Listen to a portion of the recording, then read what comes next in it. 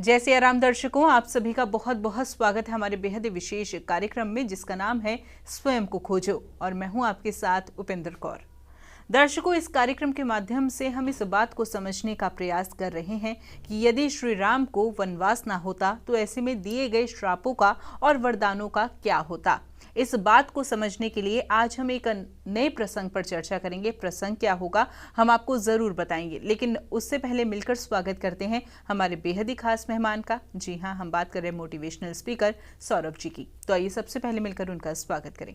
नमस्कार सर, बहुत बहुत स्वागत है आपका। जय सिया राम। आपका सभी दर्शकों और श्रोताओं का भी बहुत बहुत स्वागत है।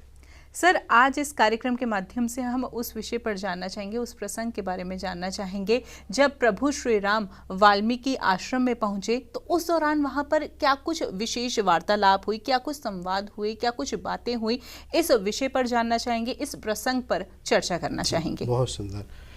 जैसा कि पिछले एपिसोड में बात हुई थी कि वाल्मीकि जी के आश्रम पे जब वो पहुँचते हैं तो वहाँ पर सबसे पहले वो माता सीता को ही संबोधन करते हैं बस से, क्योंकि उनका परिचय महाराज जनक से और महाराज दशरथ जी से रहा होता है। तो एक थोड़ा सा होने की वजह से पुत्री भाव उनका रहता है, उनके है, तो वो उनको बस से कह के कहते हैं कि तुम्हारा स्वागत है और तुम निसंकोच उसमें रहें, कहीं कुछ ऐसा ना करें। तब उसी समय वहाँ पर ये उनको आसन दिया जाता और उनकी अर्चना करके, यानी एक तरह से उनका स्वागत करके, तब महर्षि वाल्मीकि इसकी कहते हैं कि राम, तुम्हारे तो नाम का इतना प्रभाव और महत्व है कि एक मुझ जैसा अधम ब्राह्मण, और वो जो कि उसमें ये कहा जाए कि उल्टा नाम जपा था उन्होंने, उनको तो नाम भी जपना नहीं आया, तब वो एक प्रचेता का पुत्र बन के वो हो गया और आज वो इस योग हो गया कि स्वयं राम वहाँ मेरे को दर्शन देने पधारे हैं। तो तब इसलिए यह थोड़ा आवश्यक हो जाता है कि महर्षि वाल्मीकि जी का पुराना, क्योंकि लगभग सर्वविदित है कि जैसे वो एक लुटेरे कहा जाता है, एक वो थे कि एक अपराध में वो इन्वॉल्व रहा करते थे। क्योंकि वहाँ ये प्रसंग आता है कि वहाँ ऋषि आए हैं तो उन्होंने उनके साथ भी वही किया था, उनको लूटने की कोशिश की। तब उन्होंने उनको ये कहा ठीक है, तुम्हें जो करना है कर लेना, लेकिन एक प्रश्न का उत्तर दो। और इसको हम ये भी जोड़ सकते हैं, उस समय की बात ऐसी हमें लगती है कि शायद पता नहीं कि ये गौतम बुद्ध के समय भी ऐसा हुआ था कि अंगुली मात्र के लिए जब वो जा रहे थे तो उसकी सेम इस तरह की घटना का वर्णन आता है कि उसने भी उनको लूटने की और उनको घायल करने की कोशिश की थी। तब उन्होंने भी वही प्रश्न किया था। तो वहाँ पर ये बात आती है तो उन्होंने ये कहा, भाई जो तुम कर रहे हो, तुम अपने घर पर जाके ये पूछ के आओ कि क्या वो इसमें शामिल हैं। जो कुछ तुम कर रहे हो, तो अगर तुम्हें ये लगता है कि कर तो तुम रहे हो और शामिल वो हैं या नहीं है, तो तुम फिर उसके बाद हमारे साथ जो करना चाहो करो। तो कुछ क्योंकि घटना होता है, चीज़ें समझ आनी होती हैं, तो उसी हिसाब से वो ऐसा हो जाता है। वो जाते हैं वहाँ, और वहाँ जब वो जाते हैं तो जब सबसे कहते हैं तो सभी कहते हैं हमें इससे क्या तात्पर्य है, परिवार के सदस्य, भाई ये तो तुम्हारा काम है कि हमारा पालन पोषण करो, और आप करते हो तो हम क्यों भागीदार होंगे। इसको हम ऐसे भी समझ सकते हैं वर्तमान परिप्रेक्ष्य में, यदि कोई भी व्यक्ति किसी भी तरह से धन का सृजन कर रहा है, धन को वो कमा रहा है, चाहे वो भ्रष्टाचार से है या किसी कहना चाहिए कि स्मगलरिंग से, किसी भी अगर गलत स्रोत है, तो वर्तमान के परिप्रेक्ष्य में भी जब अपराधी को पकड़ा जाएगा तो उससे ये नहीं पूछा जाता इसको तुमने कहाँ कहाँ खर्च किया है। जिनके ऊपर खर्च हुआ, आपने पार्टी की, कहीं शौक मौज की, तो उनके लिए कोई सज़ा नहीं होती है। अर्थात जो सज़ा होती है वो सज़ा उसी को होती है जिसने उसको किया होता है, उस धन को सृजित किया होता है। धन को उपयोग करने वालों को ऐसा नहीं मिल रहा है। तो उसी तरह से वहाँ ये बात कही जाती है, तो उनकी एक वो जागृत हो जाती है, क्योंकि उनकी जो दिनचर्या इस तरह की रही होती है कि मारो काटो, और वो इस तरह के स्वभाव में रहता है। तो ऋषि मुनि उनको ये कहते हैं कि राम राम राम जपो। तो होता क्या है कि स्वभाव बस उनको राम बोलना भी मुश्किल होता है, और वो वहाँ तब वो कहते हैं अच्छा कोई बात नहीं, तुम मरा मरा रखो। क्योंकि ये व्यवहार में भी आप देखो करके, अगर मरा मरा मरा मरा मरा मरा बोल लोगे तो एक आपको भी स्वतः राम हो जाएगा। तो इसीलिए उस समय उन्होंने कहा था भी उल्टा नाम जपा जग जाना, वाल्मीकि भय ब्रह्म समाना। अर्थात ये राम नाम का महत्व ही तो है, जिसको ये बिल्कुल प्रत्यक्ष सबके सामने है कि वो पहले क्या थे और राम राम जपते जपते वो क्या हो गए, वो खुद ब्रह्म के समान हो गए। अर्थात जो ब्रह्म है जिनको सबका अंदाज़ा रहता है, उसी तरह से वो महर्षि वहाँ हो जाते हैं। तो वो उस राम नाम के महत्व की चर्चा उनसे करते हैं, भाई राम के नाम का ही इतना महत्व है, तो तुम्हारी उस चीज़ के बारे में मुझे तो साक्षात दर्शन हो रहे हैं, तो उसके बारे में मैं कैसे कहूँ। तो वहाँ पर राम भगवान भी उनसे ये कहते हैं कि भी मुनिनाथ आप तो सर्वज्ञ हो, त्रिकालदर्शी हो, आपको तो पूरा विश्व एक तरह से बेर के समान है जो आपकी हथेली पर है, तो आपको तो सब कुछ पता है। अर्थात वो ये कहना चाह रहे हैं जहाँ जहाँ जो भी घटित हुआ है उसके बारे में कुछ बताने की जैसी कोई बात नहीं है। तो जैसे आज के परिप्रेक्ष्य में हम कहते हैं ना, एक ग्लोब अगर हम देखते हैं तो उससे हम सब कुछ ऐसा लगता है बड़े सूक्ष्म में आराम से देख रहे हैं, तो ऐसे ही उन्होंने वहाँ संज्ञा दी है भाई जो आपकी हथेली पे बेर के समान है आपके लिए। तो वहाँ ये चीज़ें वो जब बता रहे होते हैं तो वहीं सब ये बात भी होती है कि जो कुछ वहाँ घटित हुआ अयोध्या में, तो प्रभु ने सब वो कथा बखानी करके आता है, क्योंकि कथा बखानी, और यहाँ पे ये बात समझने की कि प्रभु ने सब कथा बखानी। तो एक तो यहाँ राम शब्द नहीं आके प्रभु शब्द आया है, क्योंकि प्रभु ने सब कथा बखानी के मतलब अब ये देखिए ना कि उसका तात्पर्य ये है कि जो कुछ हुआ है तो वो सब बताया, क्योंकि जय जय भांत जिस जिस प्रकार से रानी ने उनको वन भेजा है। तो अर्थात ये कहने का यह है कि जो कुछ भगवान राम के कारण उनको लगे भाई जय जय भांत है, क्योंकि किसी भी चीज़ का एक कारण नहीं है। जैसा पहले भी कहा है कि वहाँ मांगे तो वर माता कैकेयी नहीं है, लेकिन सारे देवताएं भी बराबर आए हैं, नारद जी भी उनके पास आए हैं और सबने ये इच्छा रखी थी कि भाई ऐसा होना चाहिए। तो यहाँ ये बात इसलिए महत्वपूर्ण है कि उन्होंने सब कथा बखानी है, सब बताया है एक तरह से, और बखाने का यही है कि भाई जिस जिस कारण से रानी ने वन भेजा है, क्योंकि सबको पता है वो त्रिकालदर्शी हैं, उन्हें भी पता है, प्लस वो एक तरह से रामायण के रचयिता हैं, तो उन्हें और भी रहना चाहिए।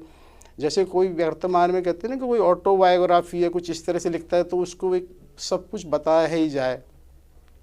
उसी श्रृंखला में जब वो वहाँ बताते हैं तब फिर वो उनसे ये कहते हैं कि भाई प्रभु, उनसे कहते हैं महर्षि वाल्मीकि से कि कोई ऐसा स्थान बताओ जहाँ हम रह सकें, मैं अनुज सहित पत्नी सहित वहाँ निवास कर सकूं, क्योंकि हमारा जो स्वभाव होता है वो क्षत्रिय स्वभाव कहना चाहिए, राज स्वभाव होता है, और हम लंबे समय तक वहाँ ऐसे नहीं रह सकते, जिससे हो सकता है किसी महर्षि किसी साधक को उद्वेग हो, तो हम ये चाहते हैं उससे किसी को प्रभावित नहीं होना चाहिए।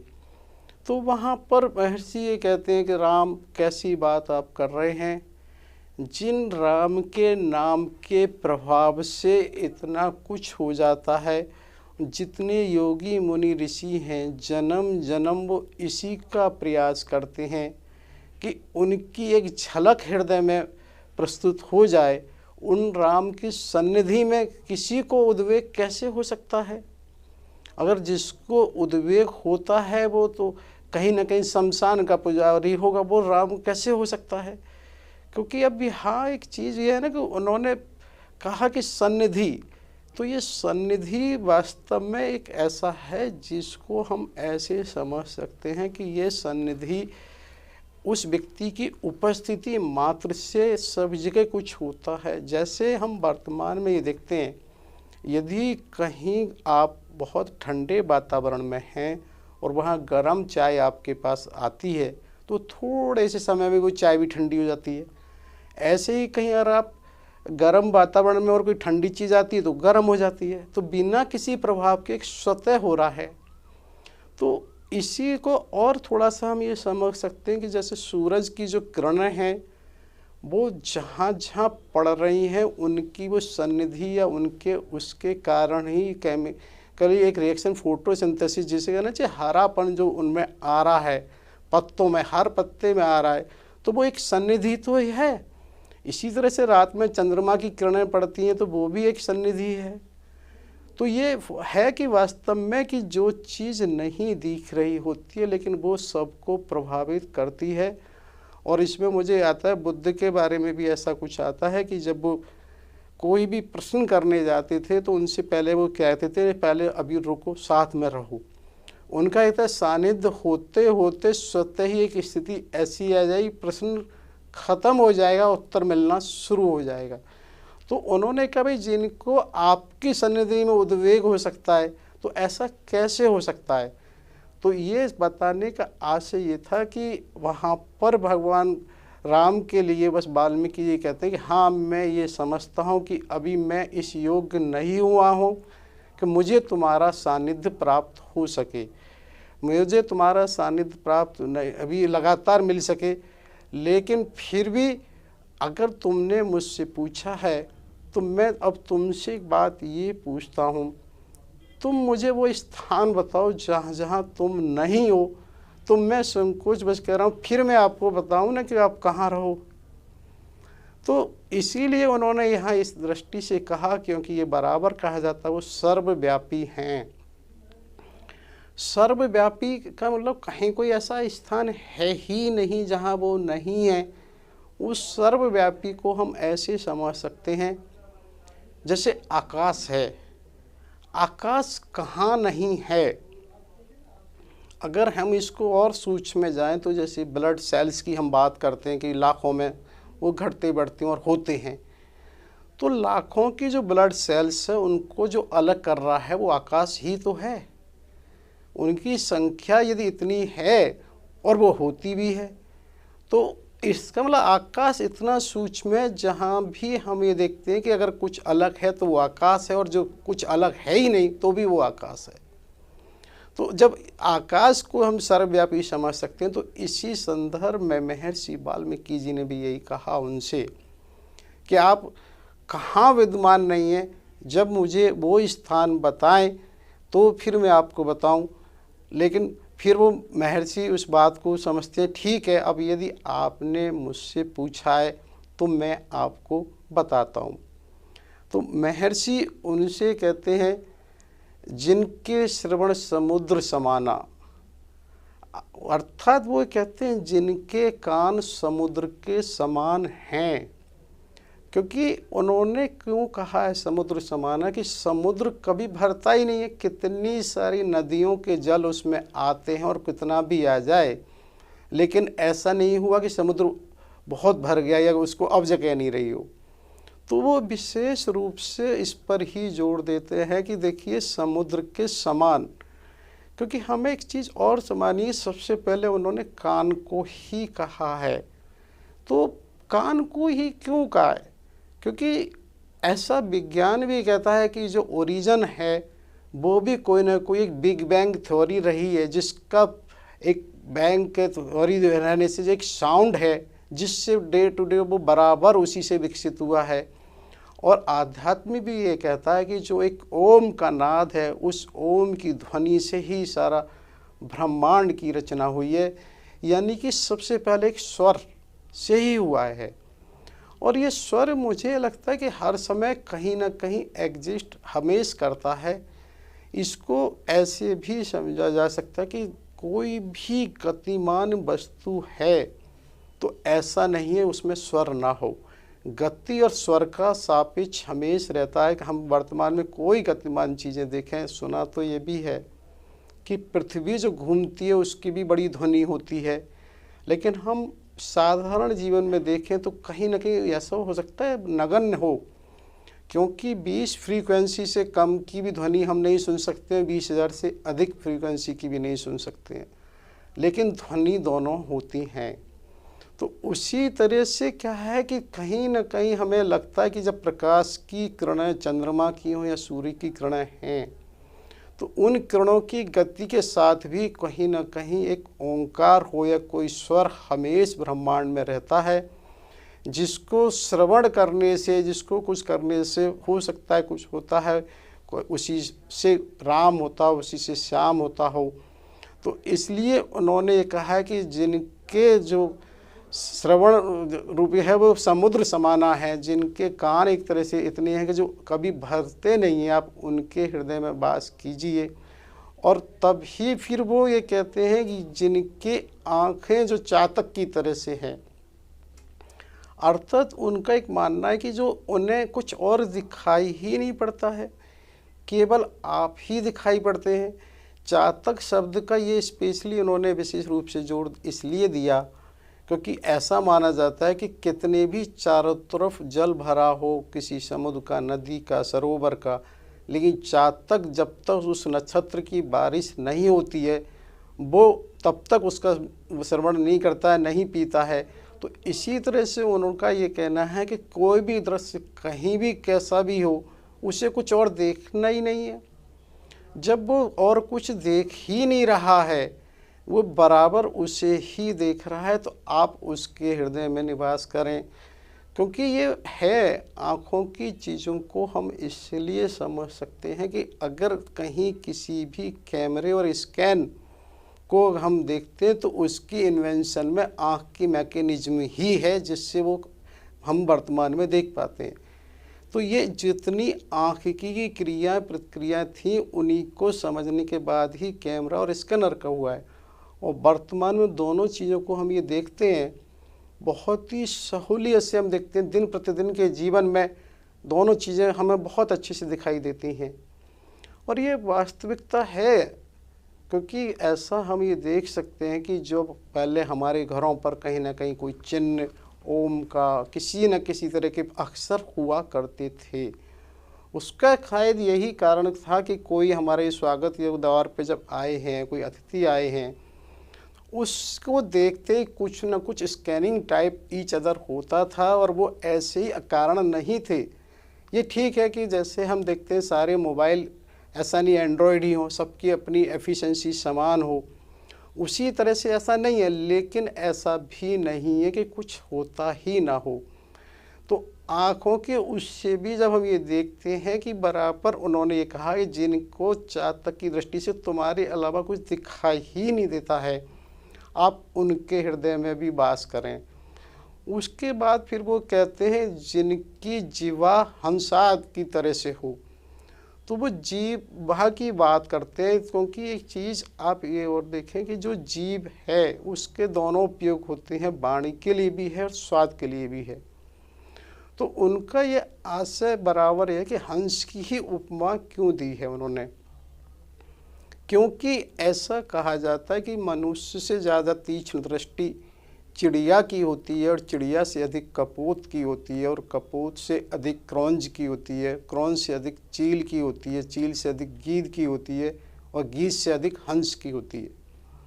तो उसका ये इतना सूक्ष्म उन्होंने किया कि जो हंस है, जैसे कभी कभी हमने सुना कि दूध का दूध और पानी का पानी कर देता है, यानी कि उसकी जो क्षमता है वो दूध में से पानी भी अलग कर देता है। क्या दृष्टि है, क्या उसके पास वो विवेक है।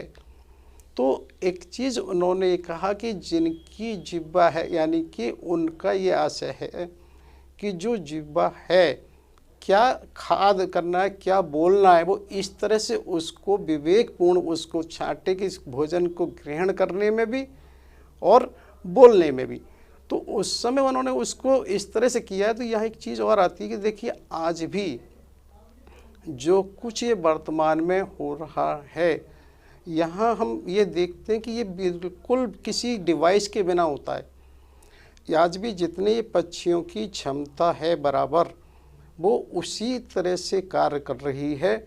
और आप ये देखिए कितनी उनकी क्षमता है। इसी को मैं साथ में एक चीज़ और बताना चाहता हूँ। जैसे हम ये देखते हैं कि बराबर की ये चीज़ें घटित हो रही हैं, लेकिन हम ये देखते हैं कि वो जो सामान्य सी प्रक्रिया है, सामान्य सी प्रक्रिया होते हुए कितने हजारों वर्षों से ये चीज़ें बदस्तूर जारी हैं। तो कहीं ना कहीं ये देखिए, कोई नियंता, कोई तो इसका प्रोजेक्टर है, कोई तो है जो उनकी अपनी जो मूलता है उसको, उनका तो जबकि जीवन भी इतना लंबा नहीं होता जितना मनुष्य का है। मनुष्य अपने जो मूल स्वभाव उसका होना चाहिए एक विवेक का, वो इतना ज़रूर प्रचुर नहीं हो पा रहा, जबकि इनका ये देखने की बात है कि बराबर किस तरह से उनका जारी रहता है।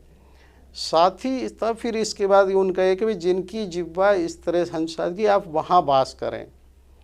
फिर उसके बाद वो कहते हैं नासिका, तो वो नासिका की ये बात करते हैं जिनकी नासिका से स्पेस विशेष रूप से आज से उनका है कि जो गंध, जो एक तरह से भगवान के प्रसाद रूपी गंध को ही श्रवण करते हैं, चाहे वो तुलसी के रूप में हो, पुष्प के रूप में हो, वो हो, क्योंकि वो जो गंध है हर समय उनको कहीं किसी न किसी रूप से वो आपकी स्मृति बनाए रखे।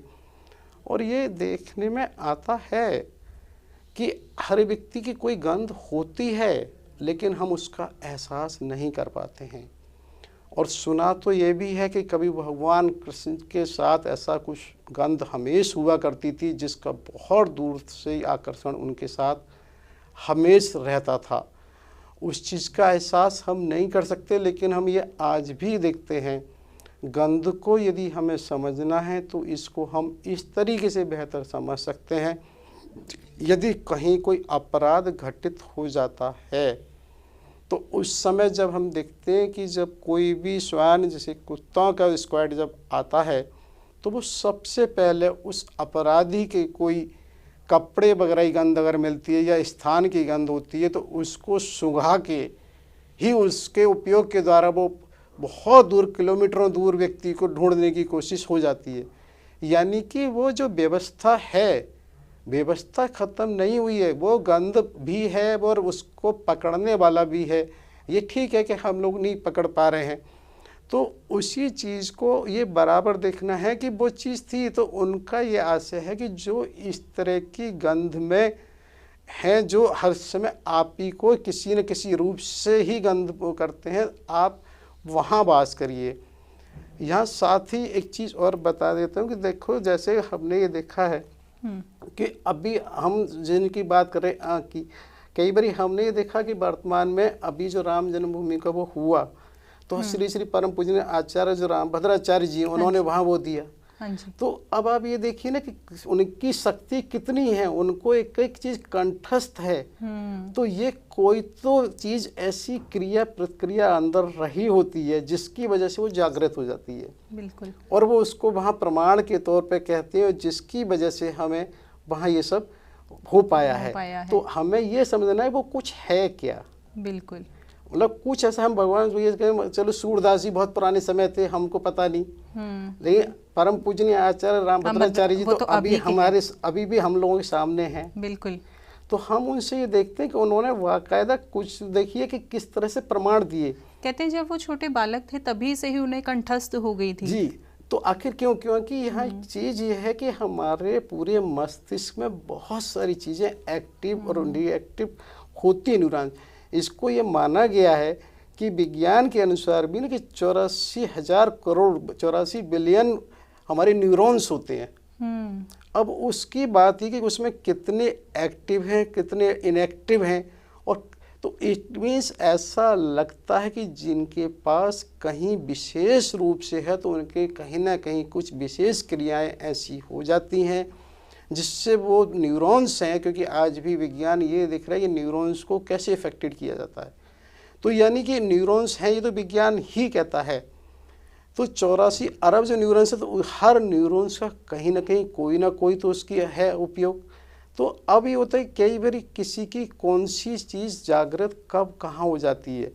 जैसे हमने देखा कि बहुत सारे लोग, ये विशेष रूप से किसी की देखा गया कि जो आंखों से नहीं ठीक से देख पा रहे, उनकी श्रवण शक्ति बहुत जागृत हो जाती है। वो बिल्कुल पद छाप से ये अंदाज़ा लगाते हैं कौन व्यक्ति हो सकता है, कौन आ रहा है जा रहा है। किसी की अंतर्दृष्टि हो जाती है, जैसा हम देख रहे हैं तो अल्टीमेट ये निश्चित कि कुछ न कुछ इस शरीर के अंदर ही वैज्ञानिक रूप से ऐसा कुछ घटित होता है जिसको हम अलग शब्दों में ये भी कह सकते हैं कुंडलिनी जागृत हो गई, कुछ भी कहें, यानी कि लेकिन आप ये देखिए जो कुछ हो रहा है वो घटित इस शरीर के अंदर ही हो रहा है। अब कहीं उसे कोई कुंडलिनी कह दें, कोई हम अपनी भाषा में, आज की भाषा में सॉफ्टवेयर कह दें, किसी सॉफ्टवेयर को एक्टिवेट कर दिया, लेकिन कुछ है, चक्र कहें, कुछ भी कहें, जिससे वो कुछ होता है, क्रियाएं और क्रियाओं की ही प्रतिक्रिया होती है, जिससे वो व्यक्ति उसको कर पाता है, उसे कहीं पकड़ पाता है। और यही चीज़ें कि स्वतः ही हो रही होती हैं, उसमें कहीं किसी मशीन और मैकेनिकल उसका नहीं उपयोग हो रहा है। तो पूरी चीज़ों को जब हम बराबर अपने व्यवहार में देखते हैं तो इसको हम बेहतर समझ सकते हैं कि किस किस तरीके से कहाँ क्या हो रहा है। तो ये बताने का ऐसा कि जो भगवान राम ने जब उनसे ये पूछा है तो वो इस तरह से उन्हें बता रहे होते हैं कि भी कहाँ वास करें, नासके के दिन, तभी वो उनसे ये भी इस बात को कहते हैं कि जो उसकी पूजा करते हैं, जिनका आपका नाम जो मंत्र जपू है, मतलब उसको इस तरह से कहते हैं कि जो मंत्र का राजू, कि उनका ये कि जो मंत्र है उसका भी एक कहीं ना कहीं एक सीक्रेट है, कोई एक कॉन्फिडेंशियल है। तो वो जो विधिवत पूजा करते, तो ये बिल्कुल है कि हम किसी भी मंत्र को करते हैं तो वो भी ऐसा प्रभावी कुछ ऐसी क्रिया प्रतिक्रिया करता है जिससे कुछ हमारे अंदर परिवर्तन आता है। तो हर मंत्र का अपना कुछ प्रभाव रहा होता है, उसको हम समझें ना समझें, लेकिन ये हम सामने प्रत्यक्ष में देख सकते हैं। जो इस चीज़ को कर रहे होते हैं उनके प्रभाव हमें नज़र आते हैं।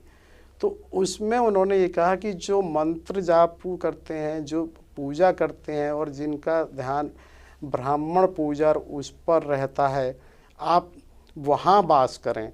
उसी समय फिर वो ये कहते हैं कि जिसको ना किसी उस काम से, क्रोध से, लोभ से, मोह से, मद मान से, तो यहाँ मद को भी अलग कहा गया है, मान को अलग कहा गया है। तो उसका ये आशय है कि जब मान इतना बढ़ जाता है कि हम कभी कभी किसी का तिरस्कार करना शुरू कर देते हैं तो वो मद हो जाता है। जैसे कभी हमारे अंदर एक भावना आ गई, मैं तो क्लास 1 अधिकारी हूँ, तुम क्लास 2 4 तो या हो, तो वो एक अपमान अगर हमने किसी का किया है तो वो इसी तरह से उसको ये बता रहे, तो उनको कह रहे हैं ना कि ना कहीं उनकी ये इच्छा है कि मेरा कोई मित्र है, बैर, ये कि सबको वो समभाव से देखते हैं, किसी उनका फर्क ही नहीं है अच्छाई बुराई से। तो वहाँ भी आप बराबर वास करें। सर, आज इस कार्यक्रम के माध्यम से बहुत ही सुंदर प्रसंग पर चर्चा चल रही है और बहुत विशेष जानकारी अभी तक हमने आपसे प्राप्त की है, लेकिन समय का अभाव है तो ऐसे में कार्यक्रम को हमें यहीं पर रोकना होगा। लेकिन कार्यक्रम की अगली श्रृंखला में हम इसी प्रसंग को आगे बढ़ाएंगे और साथ ही साथ यह भी जानेंगे कि श्री वाल्मीकि जी ने प्रभु को और कौन कौन से स्थानों के बारे में बताया या और कुछ क्या विशेष वार्तालाप उनके बीच में हुई। तब तक के लिए आपने अपना कीमती समय दिया और विशेष जानकारी से हमें अवगत कराया, उसके लिए बहुत बहुत धन्यवाद आपका। आपका भी बहुत बहुत धन्यवाद। सभी श्रोताओं और सभी दर्शकों का सादर नमन वंदन प्रणाम करता हूँ, आभार व्यक्त करता हूँ। साथ ही होने वाली गलतियों के लिए क्षमा याचना भी चाहता हूँ। जय सिया राम।